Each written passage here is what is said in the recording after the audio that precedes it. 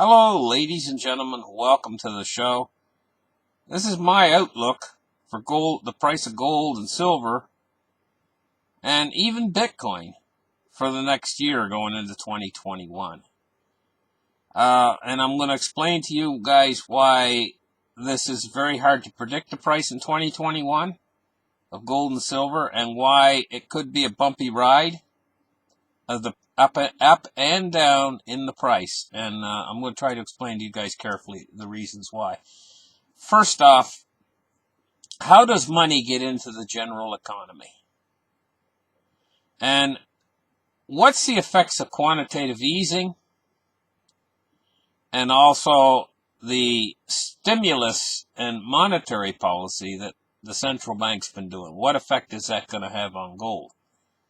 Well, the general economy right now is going through something called a deflation.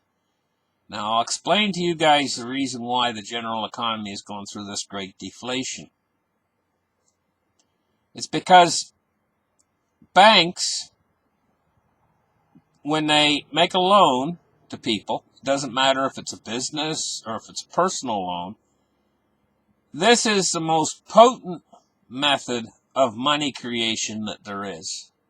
Because through the power of fractional reserve banking, the bank can lend out more money than they actually have on hand. This is called fractional reserve lending. But if you don't pay those loans back, then the bank is on the hook for that money that they let you. Even though when they loan that money to you, they're actually creating that money from thin air. Now get your head around that fact really quickly. The fact that the bank, when they make a loan, they create the money out of thin air.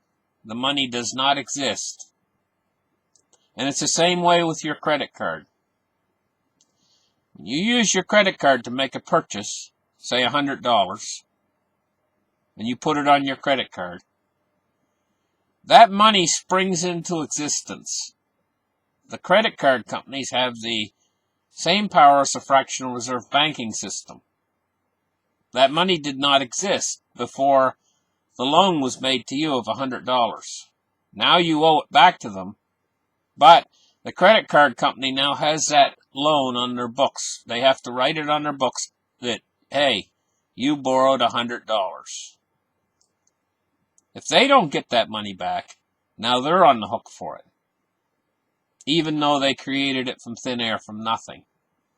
An awful lot of people out there picture in their mind that the bank, when they lend you money, they go back in, people think that they go back into the vault and they'll take out, say you want to borrow $100, they'll take $100 out of the vault and come out and lend it to you. That's not what they do at all. What they really do is they just make a book entry into their ledger that's on the computer that you borrowed $100. Now you owe $100 plus interest back to the bank. But this is how money is, the main method that money is created. This crisis has created a condition where the banks don't feel secure about making loans. And because they don't feel secure, what the banks are doing is they are upping your credit worthiness. They're making it so that you have to have much more credit worthiness than you did, say, five years ago. 5 years ago, credit was loose and easy with the banking system. Say you wanted to buy a new car, you go to the car dealer, offer you a low rate of interest, they might even offer you a 7-year term to buy the car instead of the old 4-year, it was standard for 4 years, I've even heard them say that they might even be 10 years, But anyway, people go into the bank, and back 5 years ago, and they wanted to borrow a car. Proving their credit worthiness was very simple process. 5 minutes out the door, no problem, Practically, if you had a pulse, the bank would make you the loan. And so it was easy for them to make loans back then, and when they made loans, they were creating money into the system. Now that credit has become much tighter, the banks now are requiring much larger amounts of capital and collateral, that you have sufficient collateral to make a loan to you. And they're also requiring that you have a good job, and that you have a good income, and that your credit score is high, and on it goes. This is because interest rates are low. They don't want to lend you money with a very small margin of return unless they know that they're going to get that money back, because money is getting tight right now, really tight. And this is because of the situation that's happening with everybody losing their jobs. So the banking system isn't lending money out like they were before. And the pool of money in the general economy is starting to shrink because of this. But what about Wall Street, the Wall Street economy? Well, they're getting direct injections of liquidity from the Fed into that side of the economy, but it's not making its way into the general economy. So when they do quantitative easing, they put all this money in say, Bank X. Could be J.P. Morgan, it could be any one of these big banks, Bank X we'll call it. They have an account with the Fed. Well, they do the quantitative easing, and they put liquidity into the bank reserve account with the Fed that bank has. And then they say, well, the bank has got more than ample liquidity. It can pass the stress tests, for any problems in the economy. But that bank is not allowed to touch that money in their Federal Reserve account. That's collateral that the bank has on reserve with the Fed. They're not allowed to touch that money. So that money is in a trap. Doesn't matter how much money the Fed pumps into these big Wall Street banks. The money's not going anywhere. It's just sitting there.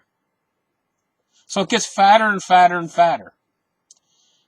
But the general economy on our side, they rely upon fractional reserve lending to increase the money supply. And because credit worthiness is extremely tight right now, if a person runs a restaurant or whatever and they want to go in for a loan, the bank's going to make them prove that they have a lot of collateral. Well, the guy might say, hey, if I get all this collateral, I wouldn't need a loan. And so money's not being lent out, And so there's a difference between monetary policy and fiscal policy. And right now, okay, they did do a big stimulus back in March, but that's mostly gone now. And right now, the money supply is drying up to America, and they're not doing any more fiscal stimulus right now, right this period in time. And so, the way I see it, they're kind of dropping the ball a little bit. We got like 25 million people out of work right now, And there's no sign of any more fiscal stimulus. Now, that's the type of stimulus that goes directly into the economy. You remember those $1,200 checks? Do you remember the $600 every week they were sending people who were unemployed? That's fiscal stimulus. That's what really juices up the economy. That and fractional reserve lending. Well, this fractional reserve lending that the banks have been doing, it's drying up right now. And so is the fiscal stimulus. And so the economy, the general economy, is starting to shrink right now at an incredible rate. It's gaining speed, and they're dropping the ball.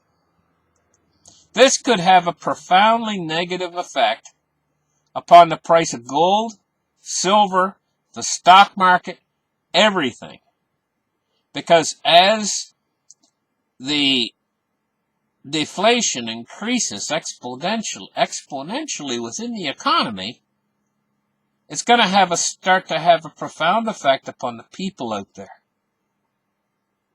All the masses of people who have lost their jobs, who don't know where they're going to get their next meal, some of them, And this is creating a spiral where they don't have the money to spend, The people that do have the money to spend right now are putting their money away. They're saving their money. A lot of them are saving it in cash. And so it's leading very quickly to a deflationary spiral that was similar to what happened. I mean, we cannot even look to 2008 to qualify this. We can't look to anything in our lifetimes to qualify this. The only thing that even comes close to the amount of power and energy that this deflationary period that we're in right now has is going back into the 1930s. We have to go all the way back to the 1930s to find something even close. But this is a magnitude greater and more powerful than what happened in the 1930s right now. Happening right now. And what it's going to lead to, it's going to start to lead to millions of people in the United States. The rental moratoriums are going to start to run out come the first of this year, moving into 2021.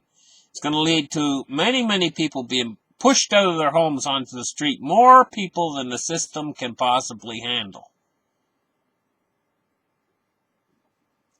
They're dropping the ball. Federal Reserve is dropping the ball right now. They should be putting a fiscal stimulus into the economy right now to keep it from gaining momentum into this deflation. But they're not. So this deflation, I'm going to use an illustration for you guys what it's like. If you had your car parked on the top of a hill and you forgot to put your emergency brake on, you step outside your car and you don't realize that the car is in neutral. The car's quiet at first. You got your back turned, you're paying attention to something else, and the car starts to move, heading down the hill. Well, in those first few feet, the car's not moving very fast, and it would be easy to run over and jump in the car and put your foot on the brake and bring it to a stop. But the longer you let that car go down that hill, the faster that car's going to go. That's the way with the economy and the deflation right now.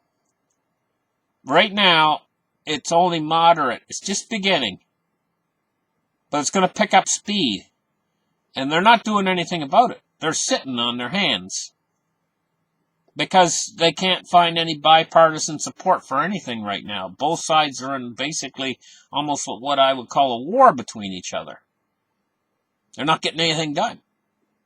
One side blames it on Nancy Pelosi, and the other side blames it on Donald Trump, and it just goes back and forth, but they're not getting any fiscal stimulus into the economy right now. And this would be the same thing as jumping in the car and slamming your foot on the brake pedal and stopping the car. They're not doing anything right now. They're dropping the ball. This car's that's going to gain speed and momentum. And so, in order to stop it, as it gains speed and momentum, you got to push the brake pedal that much harder because the car's going that much faster by the time you really try to stop it. Now, I think they will notice it about the end of this year. Maybe around January, they'll notice it. And they'll say, hey, the economy is collapsing. It's monstrous.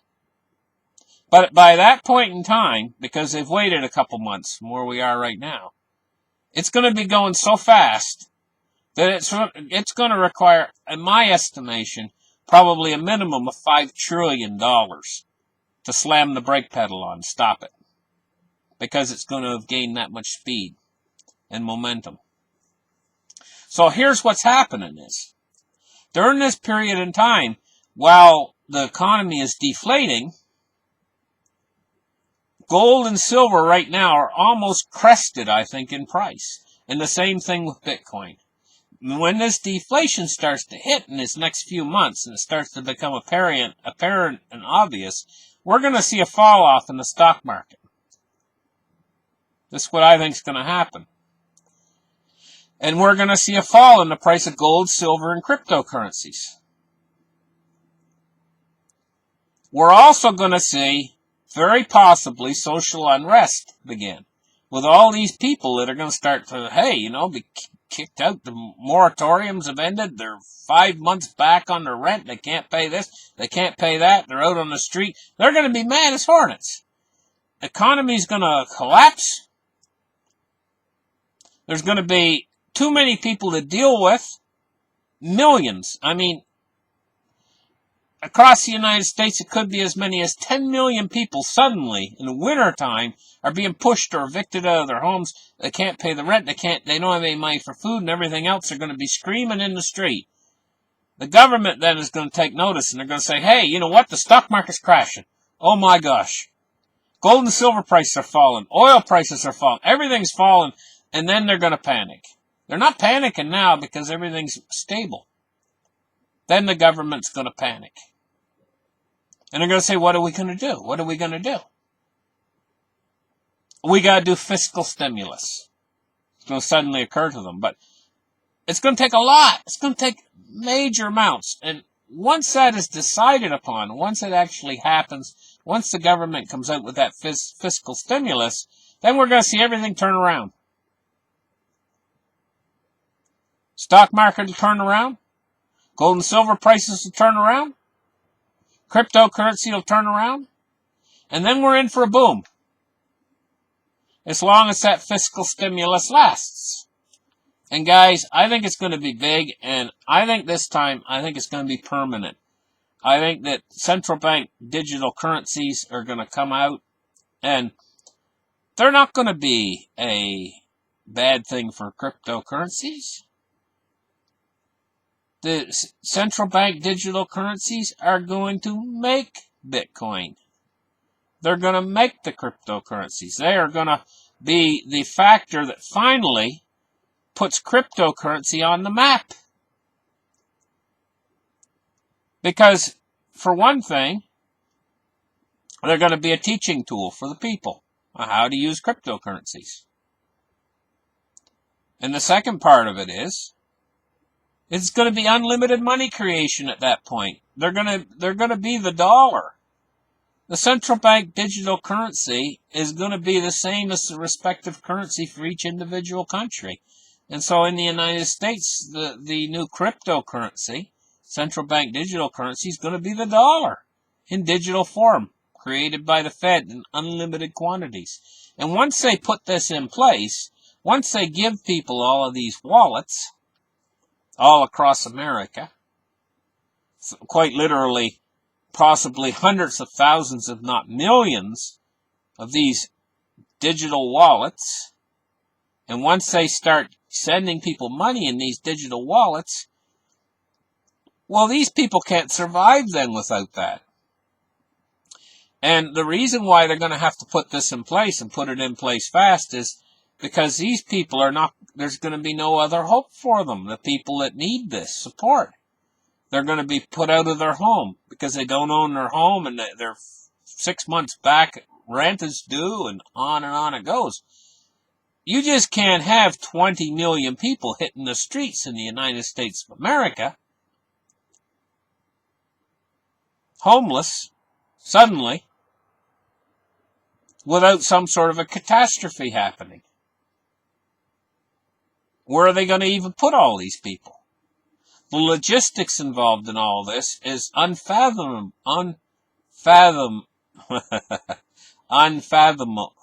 Oh, I'll forget it. I can't say it. It's off the charts, the logistics involved in all this. The systems that are in place now for support are wholly inadequate for a situation like this. And so they're going to rush it in. But once it's in place, you're probably going to see modern monetary theory start to really take off and flourish. And this is going to be the death knell for the dollar. And so you got this period of time where in the next month or two, 3 months, where the deflationists out there have been saving dollars and they see gold and silver prices start to fall.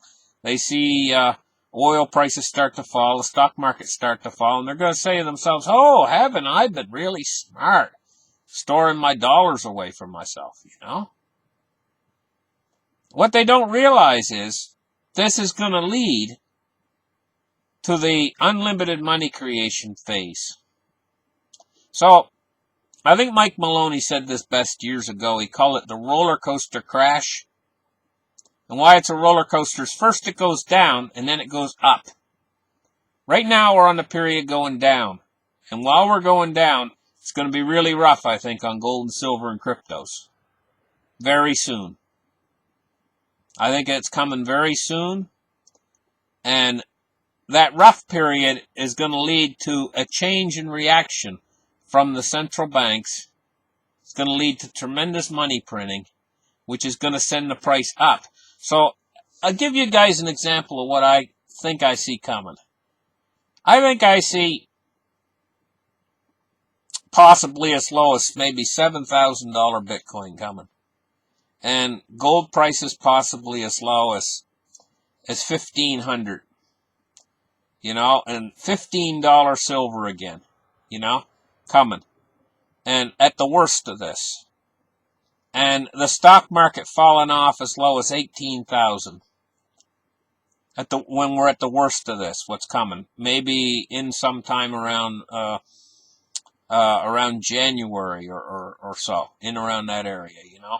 And then when they do the required efforts to try to fix this, then we're going to see the stock market setting new highs, over 30,000. We're going to finally see the gold price really set free from its moorings. Probably going to be looking at $2,200 to $2,500 gold. We're probably going to be looking at silver up around maybe $35.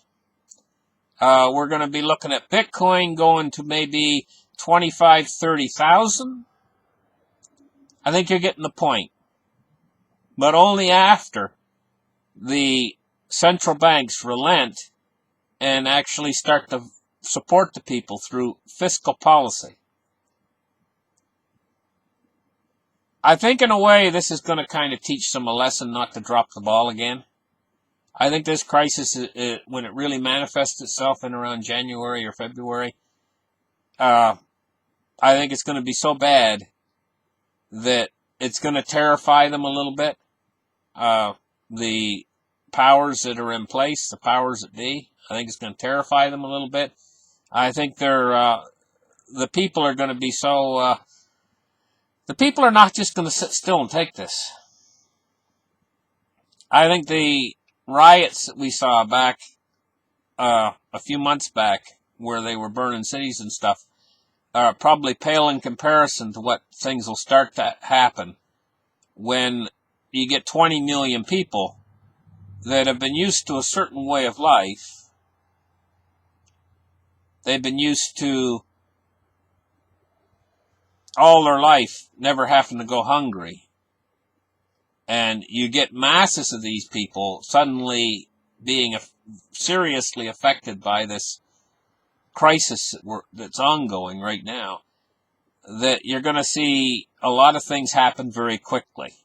And of course, you know, money is a very powerful tool. In the money creation process, it can be a very powerful tool. But they're not going to react unless a reaction is warranted. In other words, they're cheap bastards. And they're not going to react in any way meaningful until their very jobs are threatened, you know, until all of their way of life is threatened. And then they're going to be like, hey, why didn't we do this? We need to do this. We need to do this fast. And I think that impetus to make them do it is going to be coming very soon in the next few months as things start to disintegrate. And I think things are going to disintegrate very rapidly. I think it's going to be very scary, guys, when we see the market falling thousands of points a day and they can't stop it. When we see gold and silver and everything falling across the board except for the dollar, then the turnaround is going to be just as quick when they react. On the other side of this, when they basically, when the car's going down the hill, the foot brake's left off and it's gaining speed down the hill. When the reaction does come, when the guy sees the car going down the hill and then he responds to it and he runs over and he jumps behind the wheel and he slams the brake pedal on, then the reaction is very quick. So generally it's kind of slow, as the car starts to slowly drift down the hill. And that's where we are right now. We're at the top of the hill. The car is very slowly starting to drift down the hill without the brake pedal being on. It's going to gain speed in a matter of weeks. And it's being pushed. It's being pushed by this complex situation that we have with this virus out there. And the fact that an awful lot of things have been falling behind. Like people have been getting behind. They're getting behind on all their bills. They're getting behind on their payments to the power companies. They're getting behind on their credit card bills. They're getting behind on their rent. They're getting behind on their car payments. It's all going to come due at once.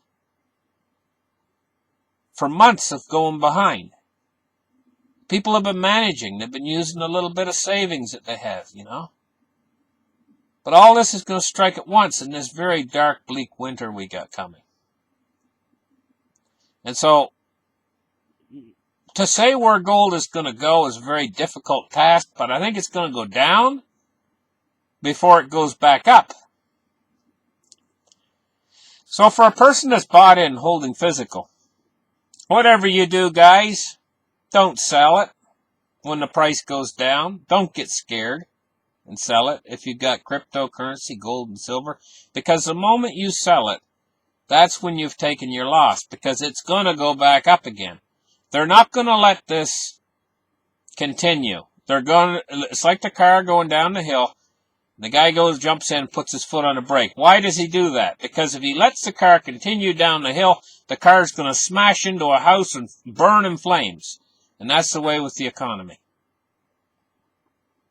If they don't do something to stop this, what's happening right now, it's going to gain speed and momentum, and the whole economy will burn, and they'll lose power. Quite literally. There would be if it went too far, there would be some sort of a revolution at that point in time, and they'd lose power, and that frightens them more than anything. That is scary to them, scary more than you could ever imagine, because not only would they lose power, but generally when there's a revolution, there's a purging of the old system. And the people are angry. And so what they do is they hold the people that were in charge accountable. And generally, it's not too friendly. Let's just put it that way. And all you have to do is study history to understand how this functions.